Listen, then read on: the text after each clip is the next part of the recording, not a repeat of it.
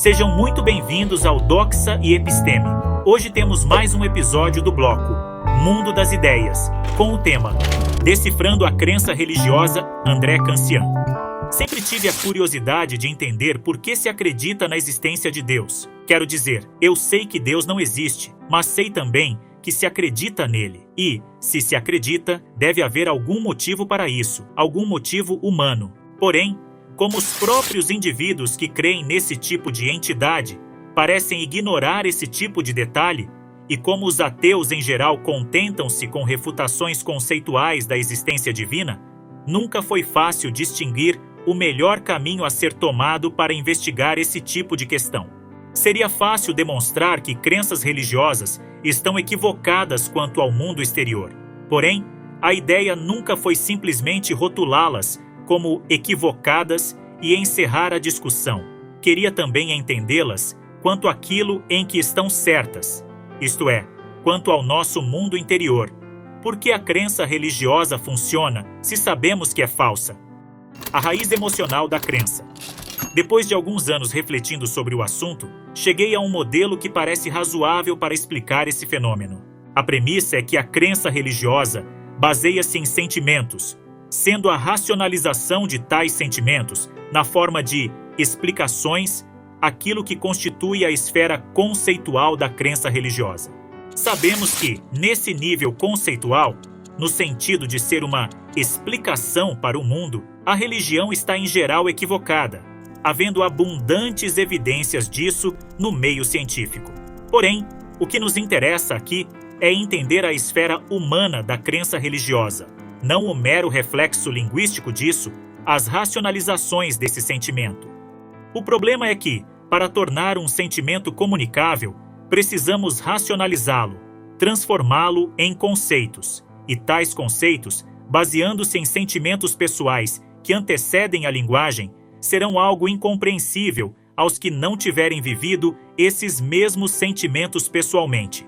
Serão algo, por assim dizer, criptografado. No caso, a única chave para entender tais conceitos seria ter vivido as experiências nas quais se baseiam. A crença religiosa nasceria, então, como um sentimento pessoal. Esse sentimento seria depois racionalizado em alguma teoria, tornando-se comunicável.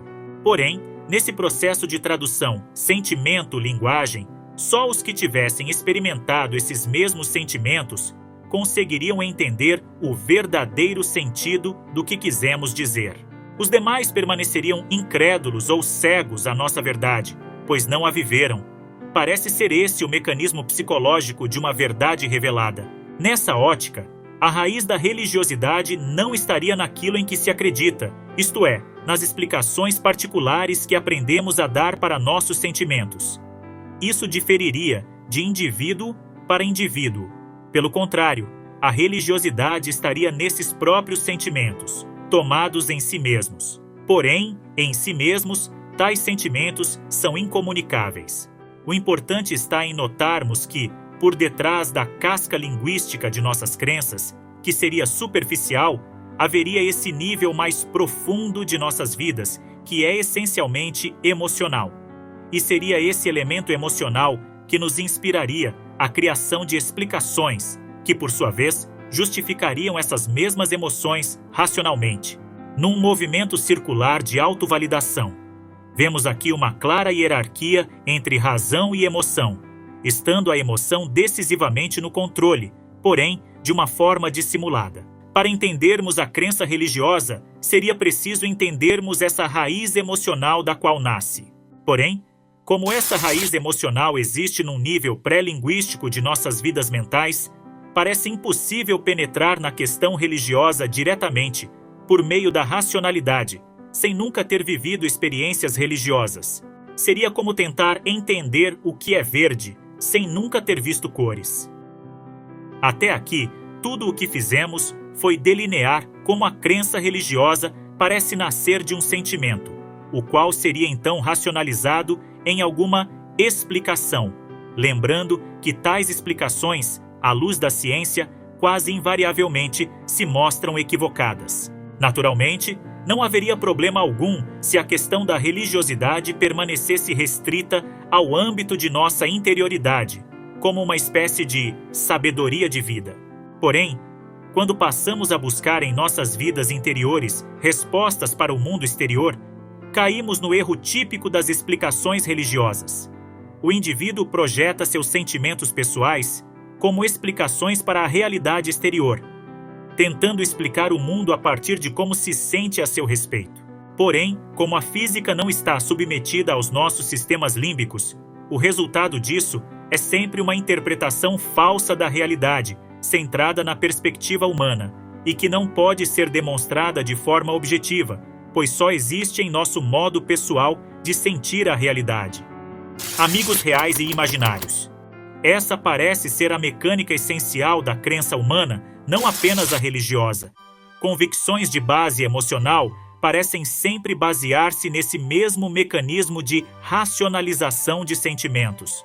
Agora, para conseguirmos penetrar um pouco na questão religiosa, sem ter acesso à chave original, a experiência mística, podemos tentar outro caminho, o da empatia. Pensemos o seguinte: se tivéssemos de explicar a crença religiosa em termos de sentimentos que conhecemos bem, que sentimentos seriam esses? Por exemplo, se entendêssemos a crença religiosa como gerada pelos mesmos mecanismos mentais, digamos, da amizade ou do amor, não seria essa uma perspectiva muito mais familiar e muito mais inteligível, a partir da qual interpretar a questão? Então, para começar a entrar no pensamento religioso a partir desse solo compartilhado, imaginemos a seguinte situação: um indivíduo X está defendendo que Deus existe porque, com ele, sua vida tem sentido. Claro que, do ponto de vista formal, esse argumento não diz muita coisa. Porém, deixemos de lado a questão de o indivíduo estar certo ou não e tentemos apenas entender o que ele está dizendo. Sua alegação é que, com a crença em Deus, sua vida se torna mais agradável. Se pensarmos dessa maneira, ficará claro que o que justifica a crença religiosa, nesse nível afetivo, não é sua veracidade, mas o prazer que ela nos proporciona. Agora pensemos, esse tipo de prazer proporcionado pela crença religiosa pode ser equiparado a qualquer outro que sintamos em nosso dia a dia? Parece que sim. Para ilustrar, imaginemos que estivéssemos nos sentindo sozinhos na vida, abandonados a nós mesmos, numa existência solitária e sem sentido. Sentimos-nos vazios, atravessados pela sensação de irrealidade de nossos sonhos. Agora suponha-se que, determinado dia, encontrássemos uma pessoa, ou um grupo de pessoas, com que compartilhar nossas vidas, pessoas que dessem atenção ao que fazemos, que nos motivassem, nos ajudassem a alcançar nossos objetivos e assim por diante. Poderíamos dizer que, nessa situação, a convivência deu sentido às nossas vidas. Muito bem, agora nos perguntemos: em que o sentido encontrado a partir de outro ser humano diferiria do sentido encontrado a partir da crença em Deus? Ao que parece, em nada. Talvez pareça existir alguma diferença em nível conceitual. Talvez, se racionalizarmos que o sentido divino seria mais perfeito que o humano, mas não parece haver qualquer diferença em como nos sentimos. O resultado prático, o bem-estar, é o mesmo. Claro que a religião lida com toda uma série de sentimentos distintos. Porém, parecem ser todos sentimentos cotidianos que experimentamos no dia a dia. Nesse caso particular, como Deus nos afasta da solidão ou do vazio, note-se que ele estaria funcionando como uma espécie de amigo imaginário. E não fazemos tal afirmação simplesmente como um insulto, mas como uma descrição bastante exata do que parece estar ocorrendo, isto é, do papel que a crença nessa entidade estaria executando em nossas vidas em termos de satisfação pessoal. Deus, nessa ótica, seria uma espécie de amigo de segurança, protegendo-nos da sensação de que nossas vidas poderiam a qualquer momento despencar no vazio. Naturalmente, esse é um papel que poderia, a princípio, ser executado por qualquer pessoa.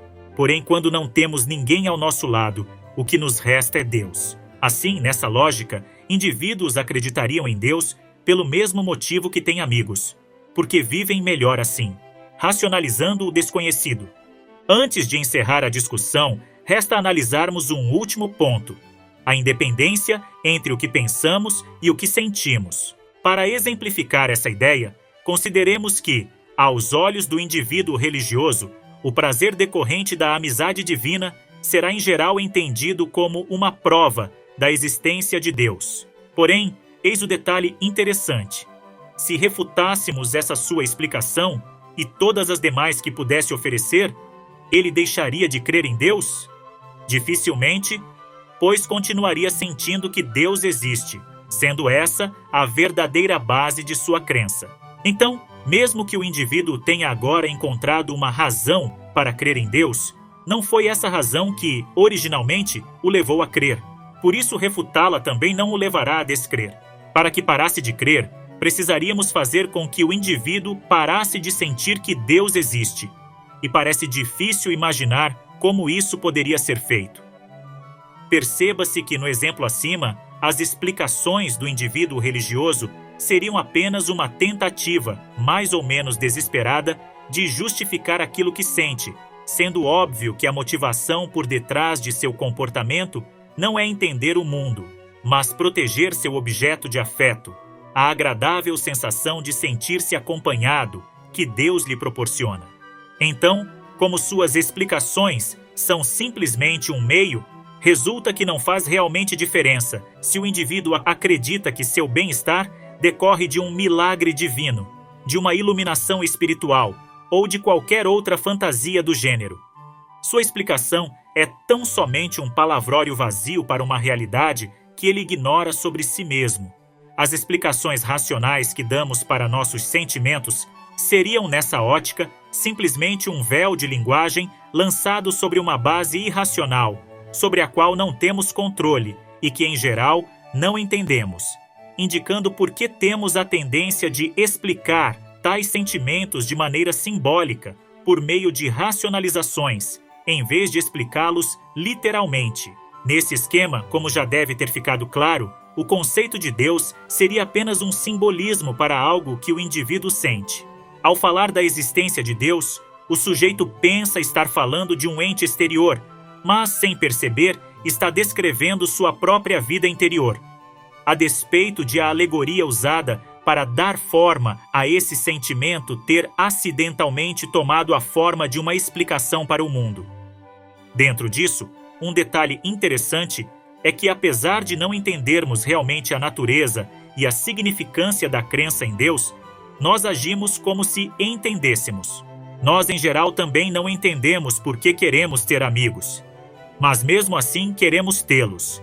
Nessa situação, se nos perguntarem o porquê disso, as chances são que inventaremos uma explicação qualquer para justificar aquilo que sentimos, sendo óbvio que, se alguém refutasse tais razões, nós nem por isso deixaríamos de ter amigos. Similarmente, no caso da crença religiosa, sabemos no que acreditar, mas não sabemos o porquê disso. Nessa situação, nós inventamos uma explicação que supostamente justificaria nossos sentimentos e passamos a gostar dessa explicação. Porém, o tempo todo, ao proceder dessa maneira, confabulando explicações racionais para nossa vida interior, parece que estamos apenas tentando dar forma, através da linguagem, ao mundo que existe dentro de nós mesmos, não tentando entender o mundo que nos cerca. A lição a ser tirada disso tudo parece ser que, em grande parte, nós não entendemos nossas próprias vidas. Daí ser possível esse tipo de equívoco tão básico sobre nós mesmos e sobre a natureza da realidade. Mesmo que só em linhas gerais, a exposição acima já nos dá alguma direção para começarmos a decodificar a religião em termos naturais. Apesar de o conteúdo conceitual da crença religiosa ser facilmente refutável, vimos que não parece ser essa a sua essência.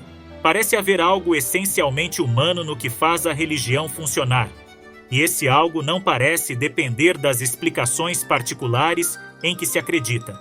Dito de outro modo, apesar de tomar frequentemente essa roupagem, a religião não seria uma explicação para o mundo, mas uma explicação de nós mesmos. Então, se quisermos entender por que a religião é falsa, bastará olharmos o mundo ao nosso redor.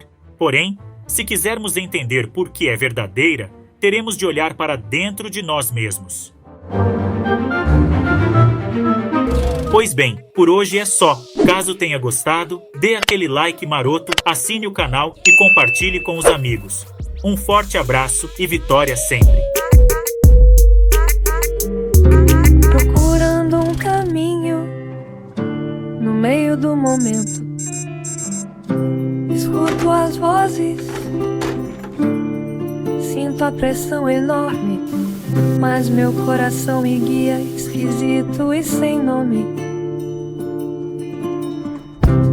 Será que sinto a presença divina? Ou é só a dúvida que me ilumina? Ela me disse lá de cima: se não fosse por fé, nada disso faria sentido. Se não fosse por fé, me diga, por que mais creria? Eu creria. Porque preciso de fé para encontrar meu caminho. Porque preciso acreditar no que não posso ver. Em cada dúvida eu sinto meu coração bater, questionando a fé. Será que é meu destino? Em cada estrela